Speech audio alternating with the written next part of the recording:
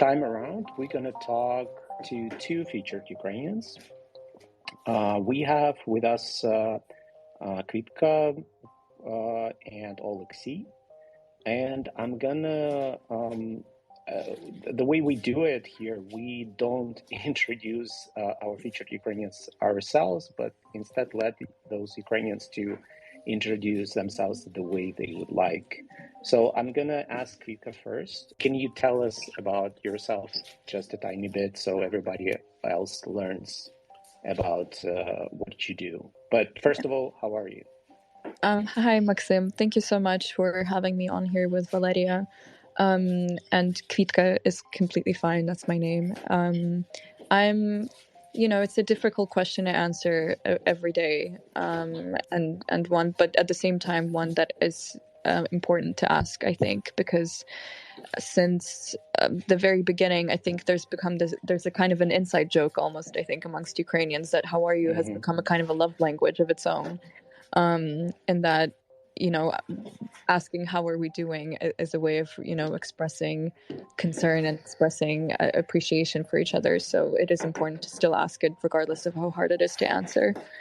I'm obviously like yourself and like everyone on here, I imagine I'm not, very much taken aback, but also unfortunately not so much by the scenes in Kramatorsk today. I think for every Ukrainian, it's hard to see these things because, I think I was thinking today about the fact that, sorry, I'm completely avoiding introducing myself right now just by answering this, but don't worry.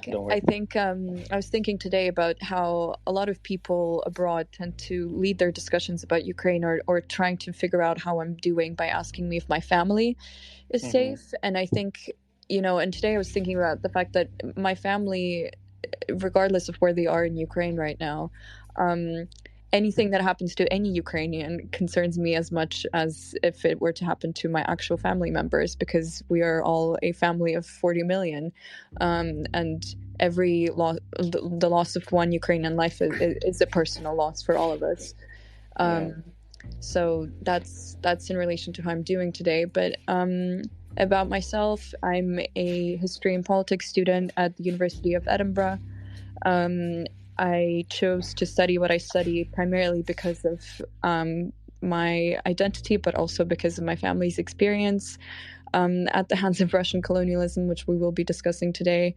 But I'm also a co-executive of a Ukrainian-led and Ukrainian-focused cultural organization called the Shadows Project, which was founded last year in January with two other girls my age as well, Katerina Buchatsky and Agata Gorsky. And the project was actually created with the aim of preserving and popularizing Ukrainian culture amongst the next generation of Ukrainians. So very much all about bridging the kind of gaps in knowledge that we have encountered in peers our age due to, the kind of unaddressed and not uprooted remnants of Russian imperialism. So that's a little bit about myself, and thank you very much for having me on today. Yeah, absolutely, and that's a great point about that. Nobody knows how to answer those questions anymore, so instead we always ask our guests and everyone how their loved ones are doing. Are they safe? And this is probably as good as it goes. I'm asking Oleksiy also to accept the speaker request that I sent to him. Can you hear me now? Yeah, no worries. Yes, yeah, perfect now. Okay, I'm sorry. It's actually funny because it's the first time ever I'm using Twitter right now, so I'm sorry for any glitches that might come up. No worries at all. No worries at all. Thanks a lot for having me here. Yeah, tell us also, first of all, tell us, are your loved ones are safe? Are you safe?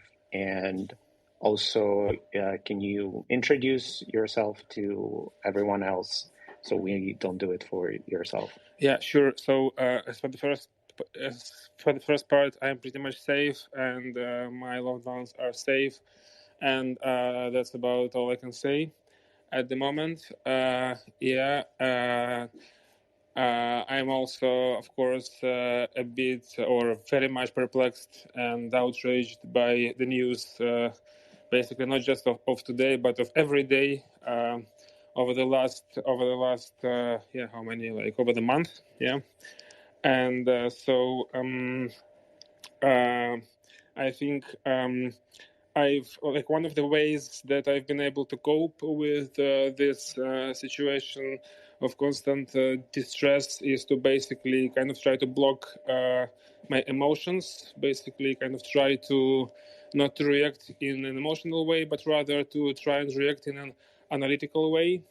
And that's where my kind of background from my past seems to be helpful, at least for me. So basically, right now I'm working mostly as a documentary filmmaker. I've been making documentary films since around 2012, 2013. That is to say, more or less since the time that the Maidan uprising happened in Ukraine, and Ukraine has been exposed to kind of Russian neo-fascist, imperialist, colonial project at its worst. And so this has informed very much my practice as a filmmaker, but also I occasionally write, and my past background is in the academia, which I quit luckily some years ago. And these days I sometimes write essays that have to do with kind of cultural history and art history, but also political history of Ukraine, Eastern Europe, Russia, and so on. I have to say I'm also of mixed origin. I'm partly Russian, partly Jewish descent, which makes me a perfect Ukrainian, I think. I've been partly brought up in Moscow, where my mother's family is from, and I'm bilingual in my everyday life. So these days I'm trilingual, actually. So the languages I use in my everyday life these days are Ukrainian, Russian, and English. But for the better part of my life, I've been using Ukrainian and Russian on a daily basis, and this is something I'm not going to give up anyhow. So I think we're not giving kind of Russian language away to the Kremlin and to the Russians, because it seems that these days they don't really know how to use it properly. And so one of the reasons I think I'm kind of was kindly invited by Maxim to contribute to this talk is an essay that I wrote basically in the first days of the Russian invasion in February, where I was kind of locked in a relatively safe space in Kiev, and there was not much I could do in that circumstances. So I started to write, and it was the essay where I tried to kind of outline, the discrepancies of the Russian colonial project in Ukraine. And when it was published in English in early March, to my surprise, it kind of resonated a lot, it seems, to at least some audiences that read it, because I think it's very important to frame the Russian invasion in Ukraine in decolonial terms. And in a way, it was a big surprise for me that for many people, especially in the West, it was a complete kind of eye-opener. I didn't expect to open any eyes, because I thought it was obvious that this is that we are part of decolonial struggle that's going on all over the globe. But it seems that for a lot of people across the globe, it's becoming obvious just now. So I think we have to do a lot of work to make it even more obvious. Yeah, I think I also feel it, because I've been trying to mainstream the stories about Russian colonialism for several years now, and it fills me with joy that its topic is suddenly, after the start of genocide, started tracking. And this is actually how I came, about Oleksiy's work and also Kvitka's work, exactly because for many Ukrainians it's also a bit of journey. We are trying to figure out this story and looking at what is happening to our country through colonial lenses as well. And Oleksiy and Kvitka are one of my favorite voices that I discovered because of it in recent days and recent weeks, because before it felt quite isolating, not hearing much of it. I wanted to ask Oleksiy right away a question about his text, but before, I really want to share my favorite quote from that essay that he wrote. It's called "The Case Against the Russian Federation." So Oleksiy writes, by trying to occupy with brutal military force its imagined imperial heartland, the Russian Federation initiated a destructive process that may lead to the gradual loss of many more regions and peoples that still subjected to its colonial rule. Of course, Ukrainians will fight against Russian imperialist frenzy by any means whatsoever, but merely fighting back is not enough. The growing anti-colonial struggle of the indigenous peoples of the Russian Federation should also become the focus of global anti-war movement. To start with, I suggest that Kiev accepts its 1,000-year-old historical responsibility towards the colonized nations oppressed in today's Russian Federation by belatedly acknowledging itself as the unfortunate origin of a despotic, colonialist Russian state, a state that oppresses every people with the misfortune of being with its territory, including the Russian people. I mean, this text is really amazing how you frame the question, basically the case for dismembering Russian Federation for the sake of humanity, but also as probably one of the largest decolonizing projects that humanity could ever see. How you came about this focus in the first place? Yeah, sure. Thanks a lot for quoting me at such length. And actually, I have to say that this particular part, the ending of this text, was meant as a bit of a provocation towards the readers. Yeah, and maybe, I don't know, I have to elaborate a little bit on this because I really don't want myself to sound like Ukrainian imperialist or something like that. And I think that, of course, to start with, contemporary Ukraine and contemporary Russia do not have a very long shared history, right? Their shared history dates back to just 350 years or something like that.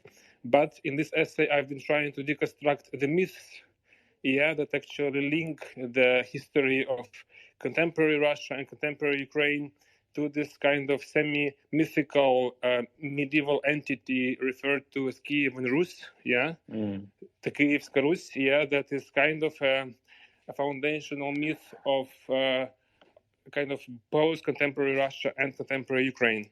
So I think that unfortunately, like these days, we're still going to live under the spell of this kind of historical mythical thinking. So one productive way to move forward would be to subvert those myths and reclaim them, maybe for the sake of the colonial struggle. So the foundational myth of Russian Federation says basically that Kiev is the mother of Russian cities, right?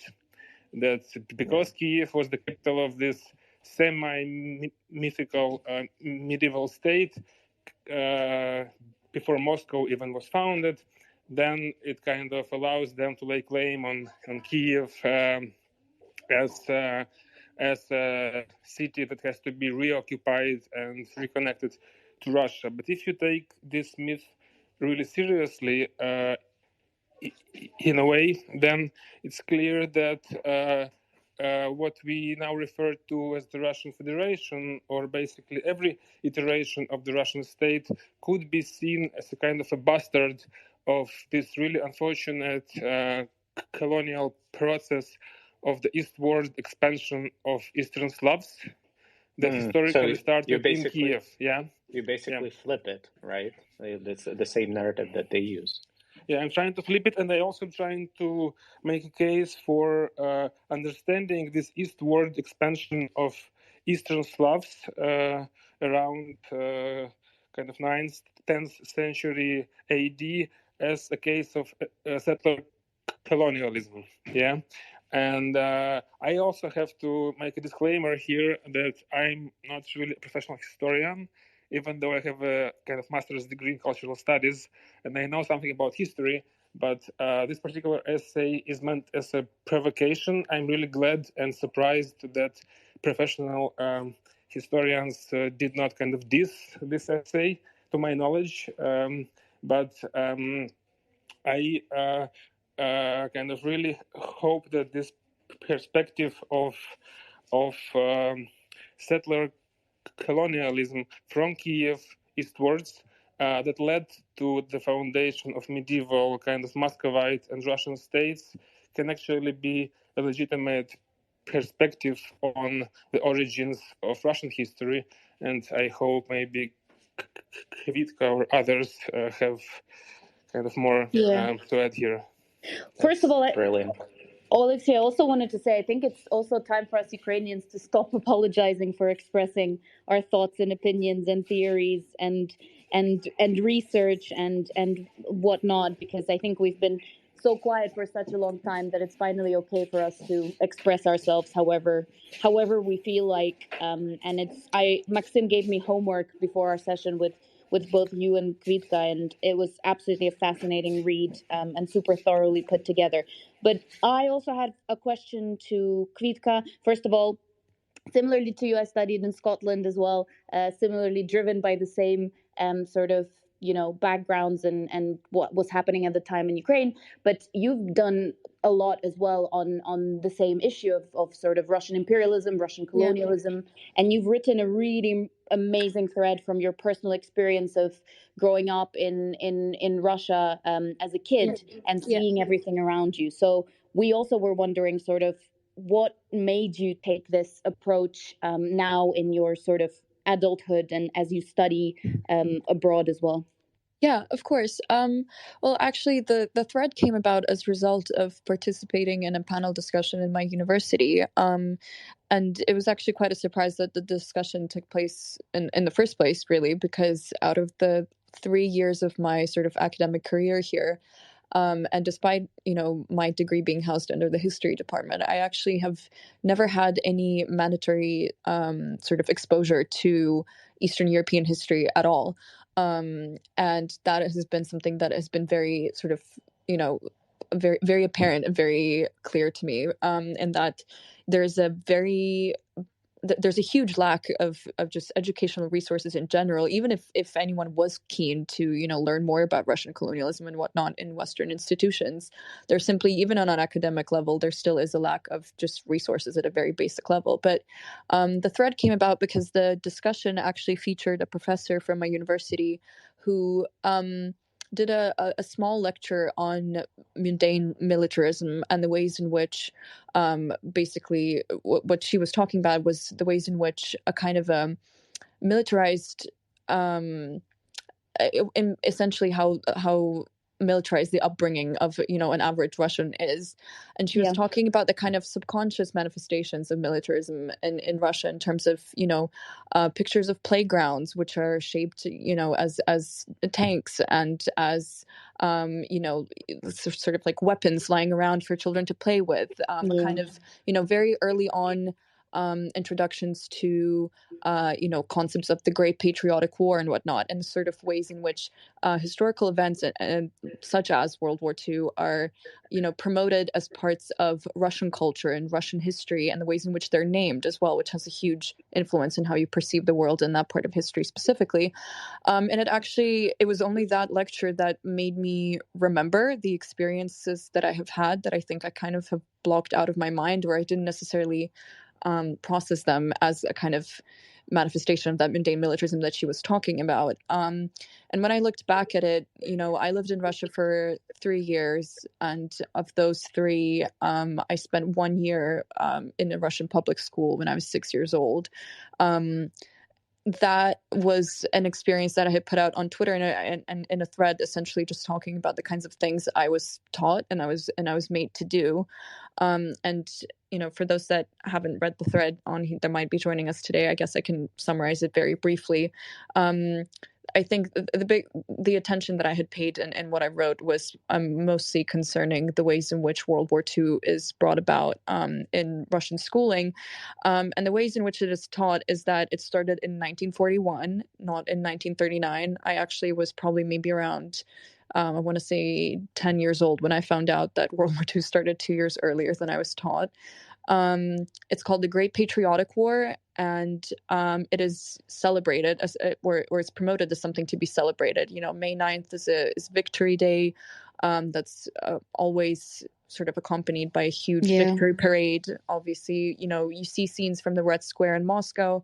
It's very much a glorified, a celebratory kind of nature of an event, where as opposed to it being something where in Europe on May 8th it's a day of remembrance and reconciliation. And for Ukrainians as well, for us, the end of World War II was essentially just the replacement of one occupation with another. So, I was basically just highlighting those things, but also the fact that, when I was 6 years old, I was made to, stand in front of a kind of a list of soldiers of the Red Army that were graduates of my Russian school. And I had to stand in front of it for an hour and think about the things that they have done and how they liberated the quote unquote motherland, without knowing at the time that those same soldiers were the ones that, were part of a greater system that, came to my great grandparents' home in the middle of the night and separated my family apart, sent them to the Russian Far East for spreading Ukrainian ideals.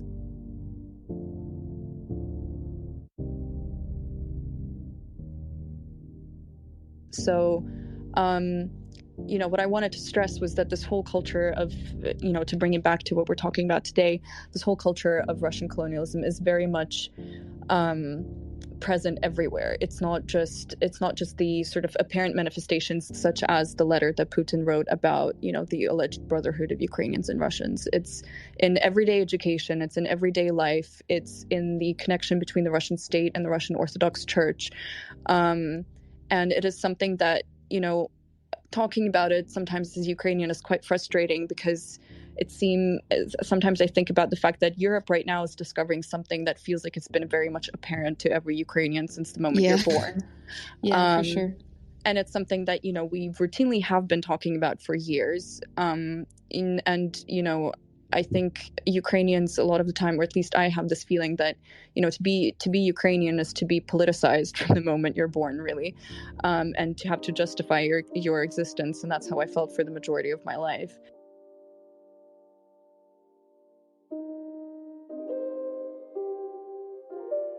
But it all obviously comes under the sort of larger feeling of, I wish it didn't have to get to this point for us to be talking about it. Yeah, it only took a war and bombing and, massive civilian casualties for the world to start paying attention. Yeah. But I also wanted to say that your thread is also really important in highlighting why so many of us Ukrainians are like petrified about what's going to happen before May 9th, because there's such like an ideological sort of backdrop to it, right? Like, actually, you raised a really good point, because actually, obviously the full-scale invasion started on February 24th.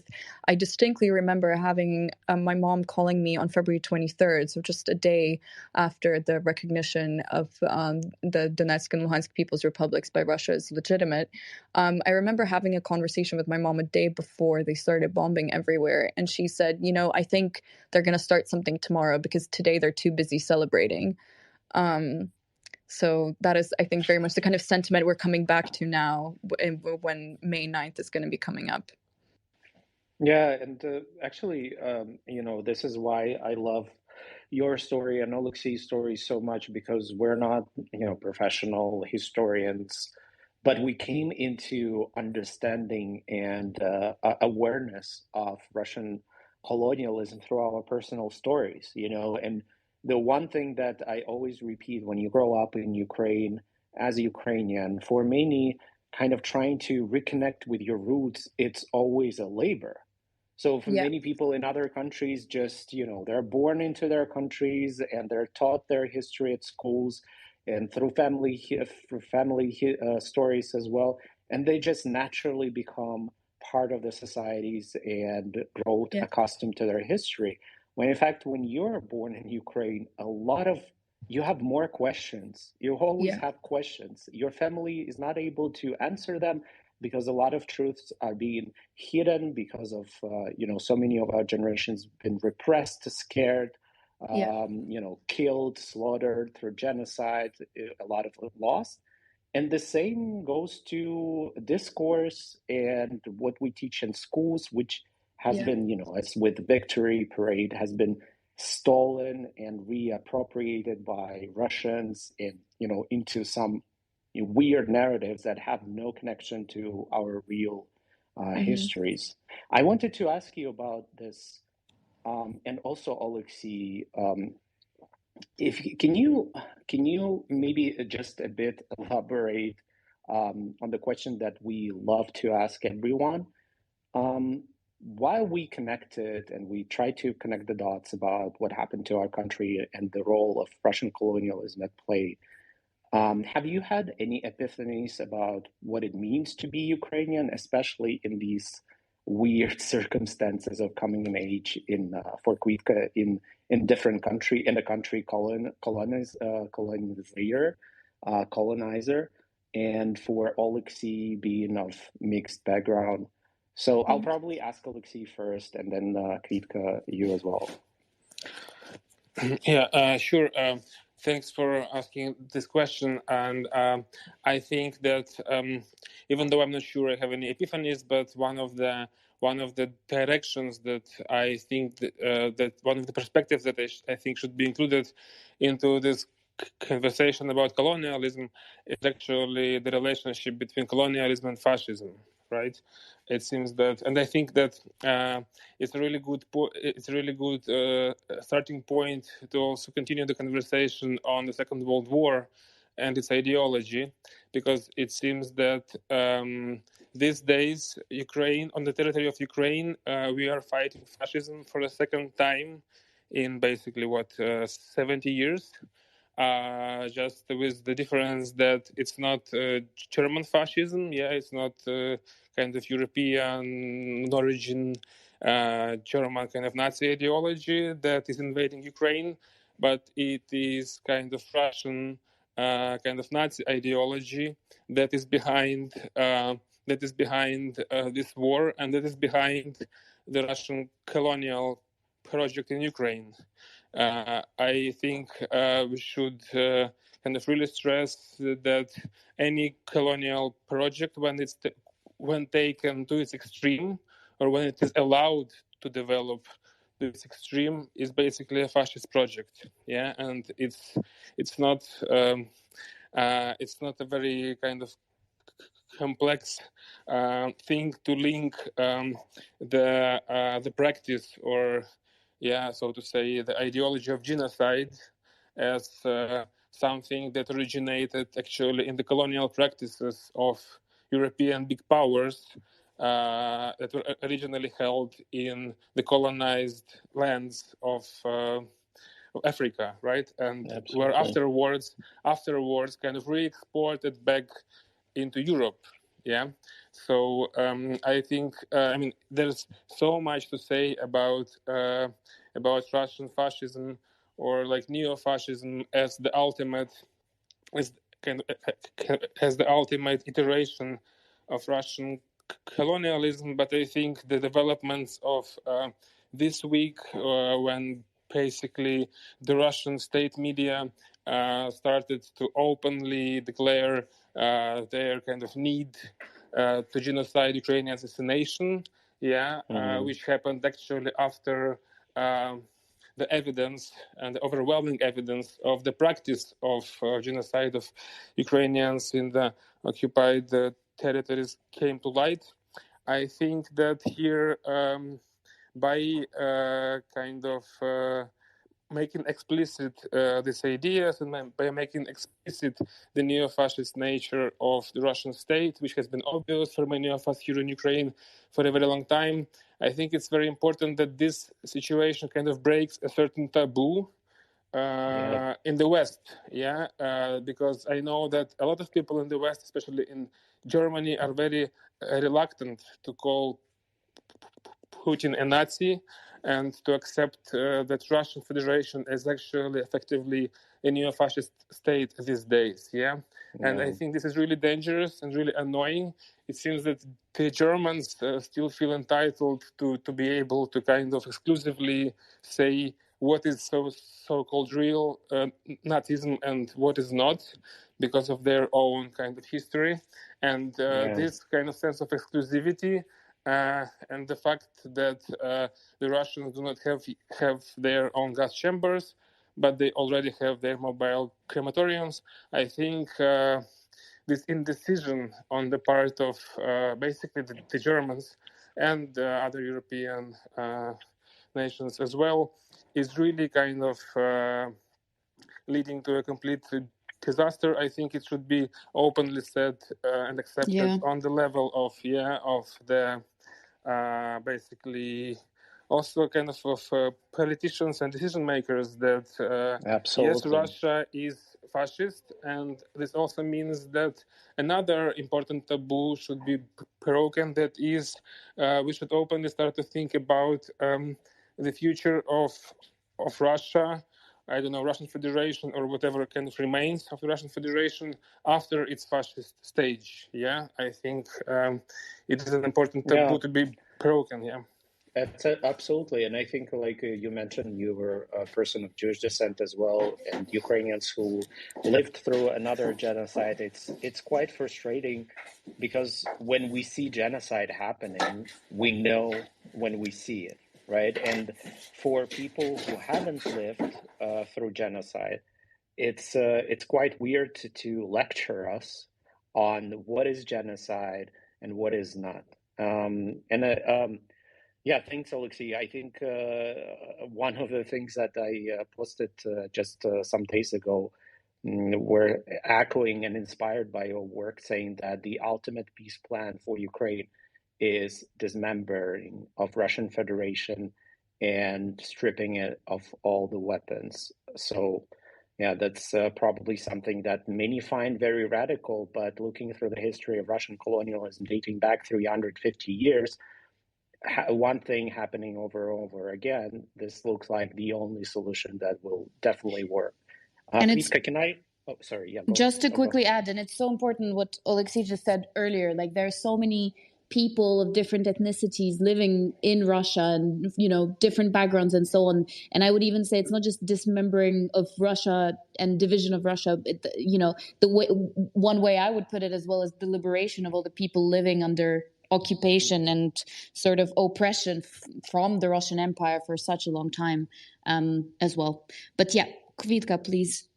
Yeah, what it means for you, what Ukraine means for you and being Ukrainian. Was it also kind of a journey, a choice that you made, or whatnot? Tell us, share whatever you feel comfortable sharing. Yeah, of course. It's an interesting question you're asking about an epiphany, because on the one hand, I feel like I've said before, everything we're seeing right now, Ukrainians have seen before. Like, it's not that the horrors are obviously unimaginable, but they're not entirely new to us.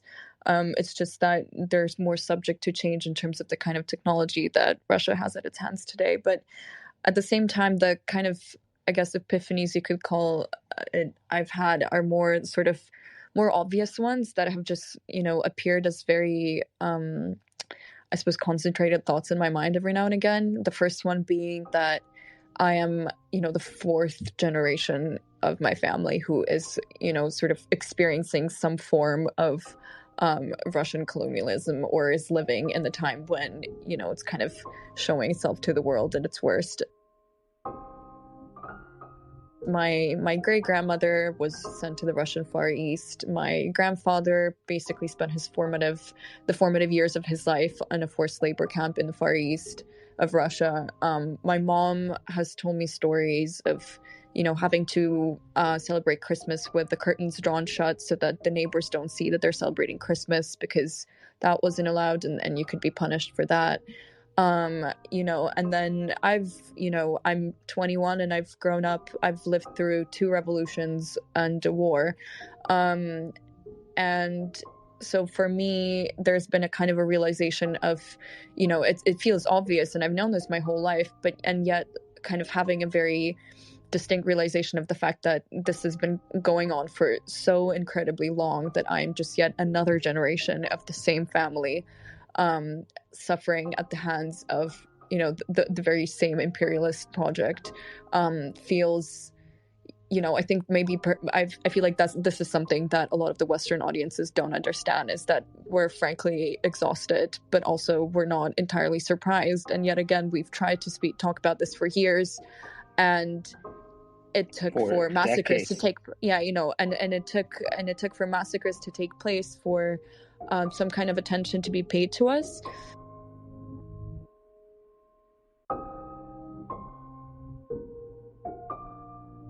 And then, on the one hand, there's a frustration that it had to get to this point for the world to understand the depth of the kind of maniacal, centuries-long, entrenched hatred that Ukraine has been subject to at the hands of Russian colonialism and just the general Russian desire for power. On the other hand, this isn't the first time that this, again, maniacal, centuries-long hatred for Ukraine has manifested itself in the most unimaginable violence. I mean, the Soviet regime murdered between 3 to 10 million Ukrainians with a man-made famine in 1932.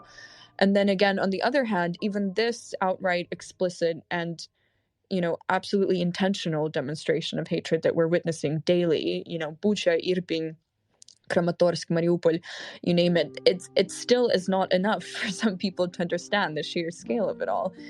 Because there are still people saying it's on NATO, and there are still people saying it's on the West, and that they've provoked Russia. But what needs to be understood, and I think perhaps this is the epiphany that I've had, even though it still feels like a very obvious one to have, is that this doesn't end with the end of Putin.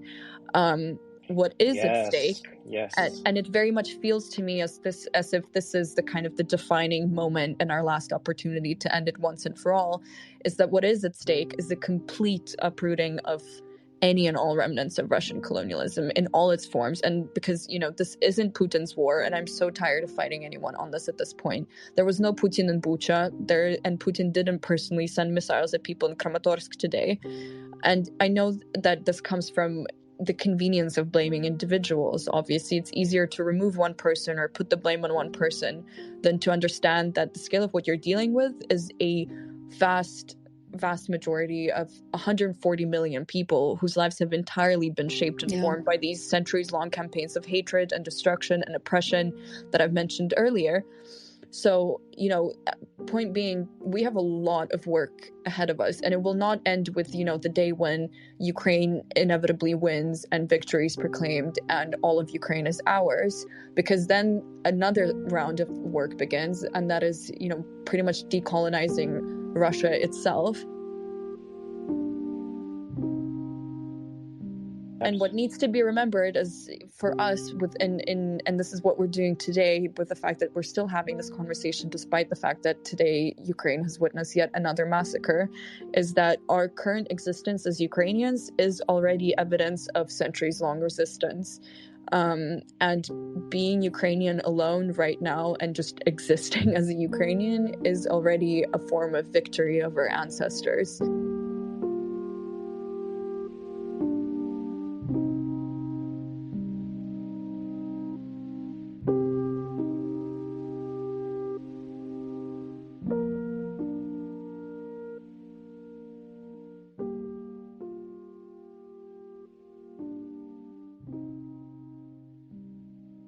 I'm happy that you also brought, Kvitka, the parallels with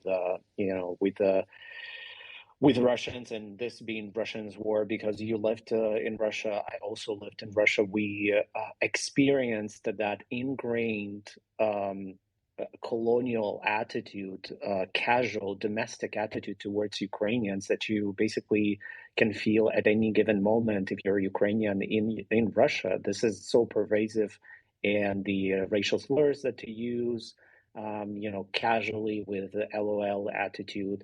But also, I wanted to ask you a quick question on the responsibility and the conversation within the Russian society that hasn't started about the colonial legacy. Because I talked to some German friends, and Oleksiy also mentioned our greatest frustration with Germany trying to block and trying to interfere with global solidarity for Ukraine. But also some Germans understand, and they say, like, well, you subjected, meaning the West, subjected to Germany for decades of,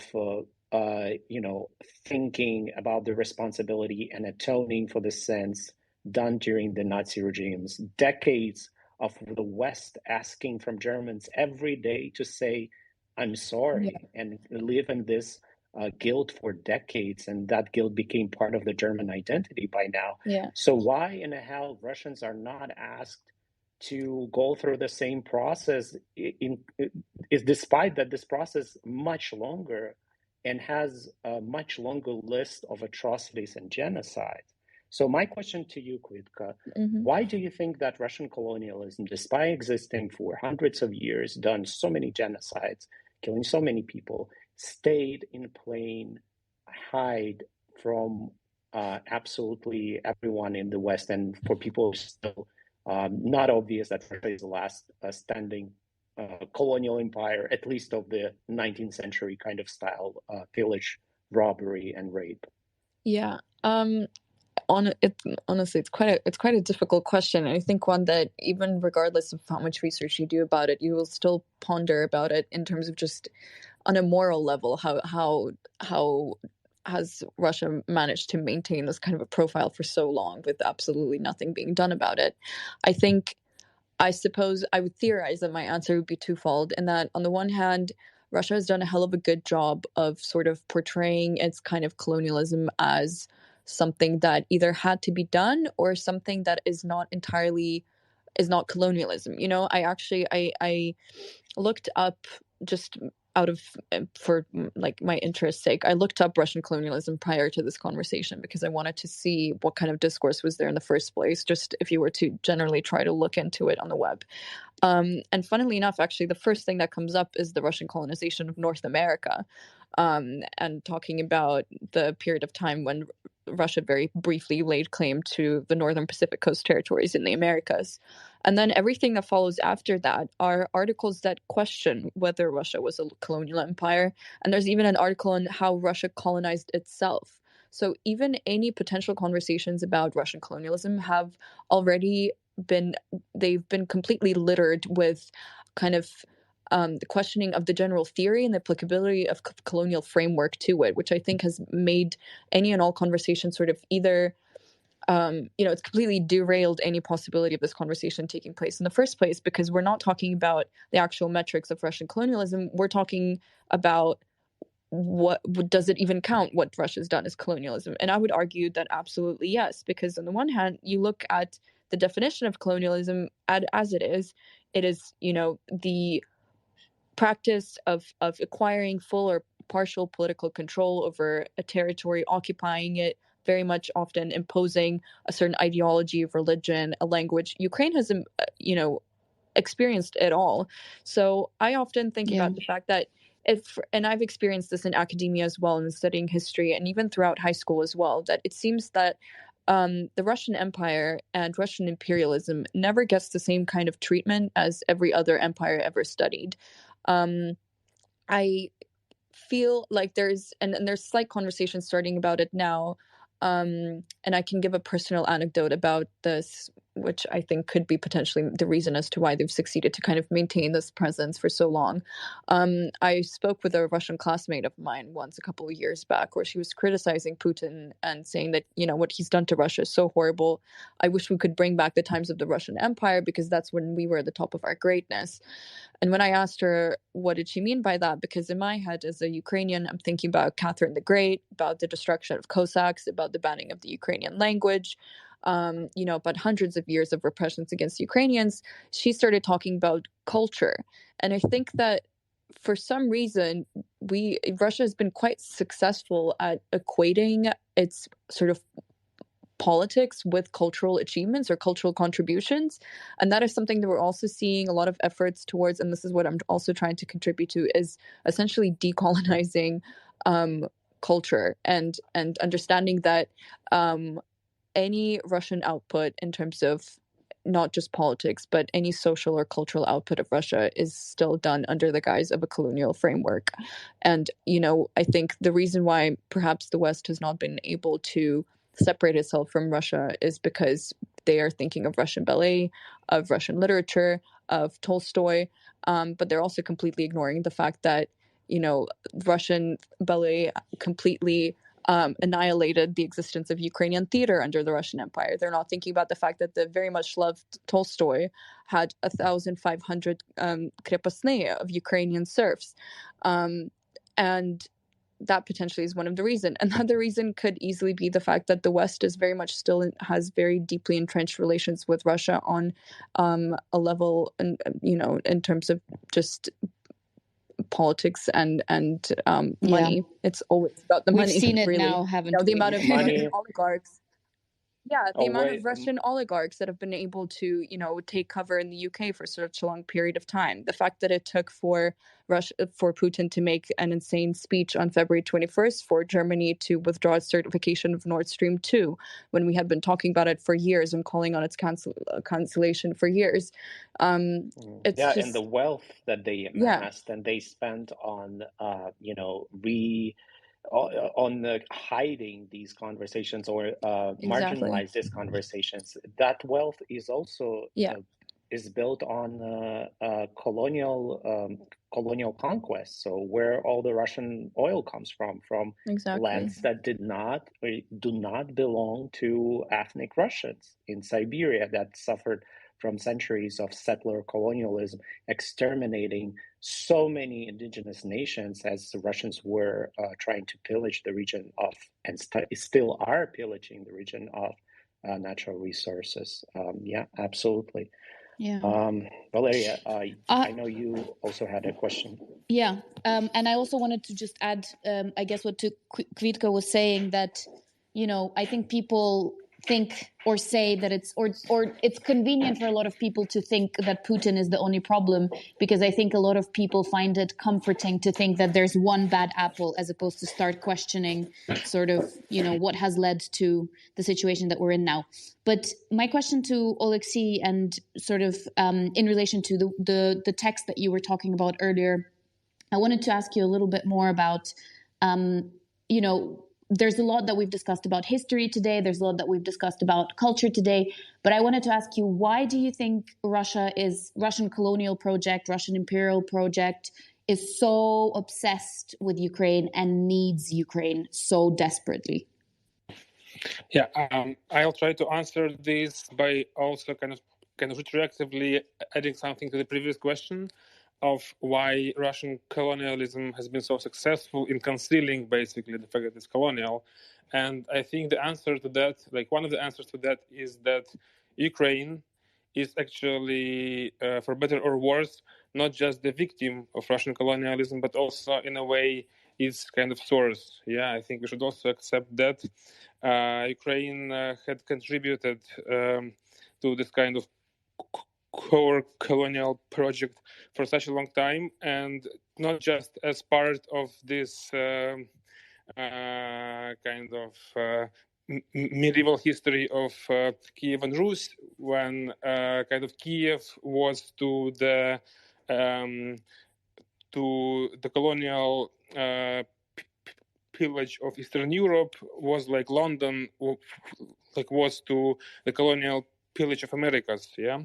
So this all started in Kiev, and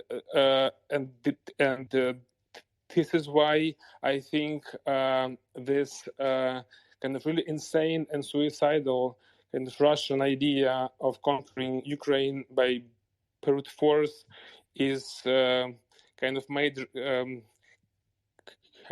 at least some sense to me, insane as it is. But I think strangely, these people realize that without Ukraine, the Russian Federation will not be able to exist anymore as well. Without Ukraine, there would be no Russia as an empire. And this is maybe one thing that I can ever agree with these people. It's just the difference is they think it's really bad, and I think it's really good.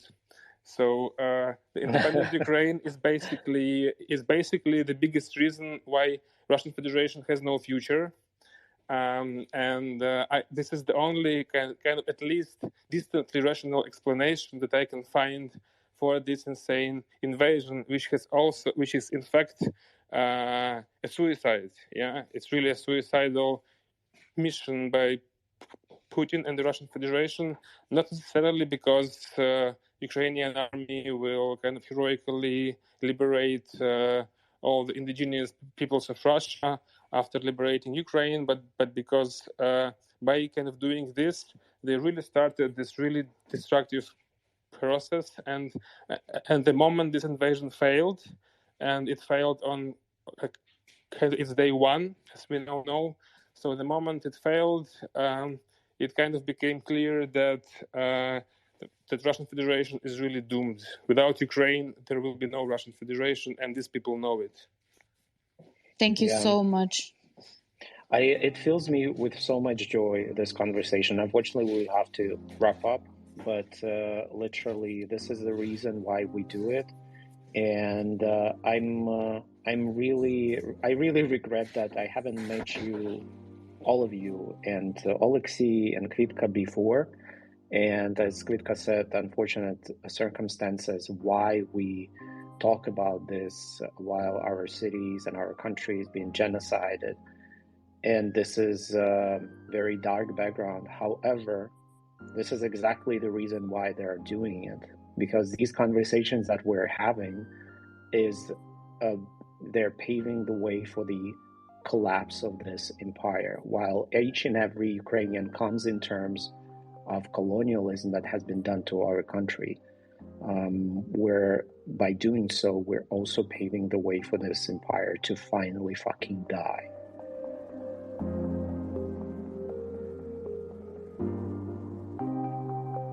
Yes. And this is something that absolutely, Amen.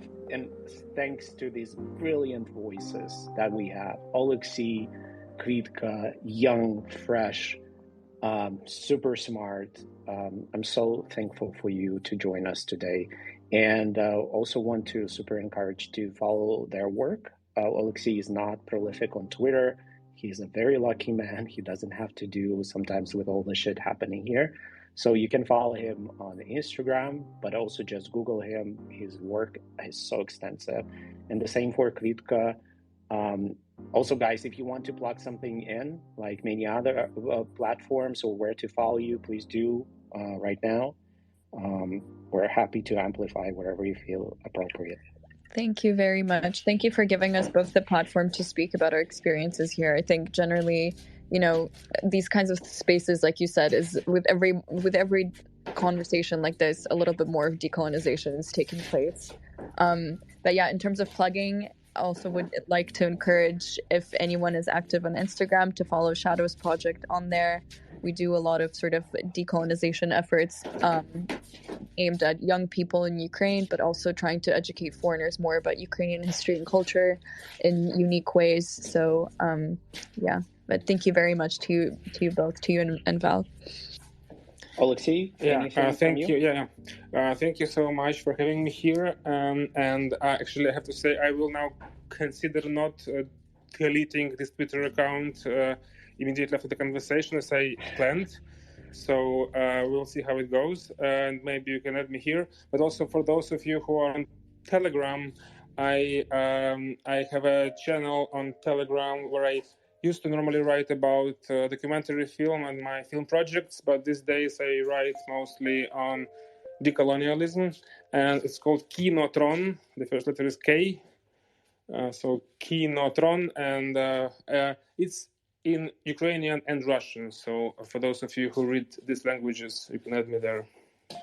Thank you guys so much for this. And just to say to everyone in our audience, once again, a reminder, the reason that you probably at some point you haven't heard about Russian imperialism, colonialism as much as you are now is because a lot of people were not listening to Ukrainian voices. So I just encourage everyone before we wrap up and say goodbye to listen to Ukrainian voices like the people that you've heard today, to share their stories, share their work, and to, as much as possible, sort of uplift their platforms and what they're doing. So really thankful to everyone who's joined. That's already part of supporting Ukrainian voices. And we will see you next time with Maxim. Thank you so much once again. See you soon next week. Meanwhile, Slava Ukraini. Heroям slava. Bye, guys.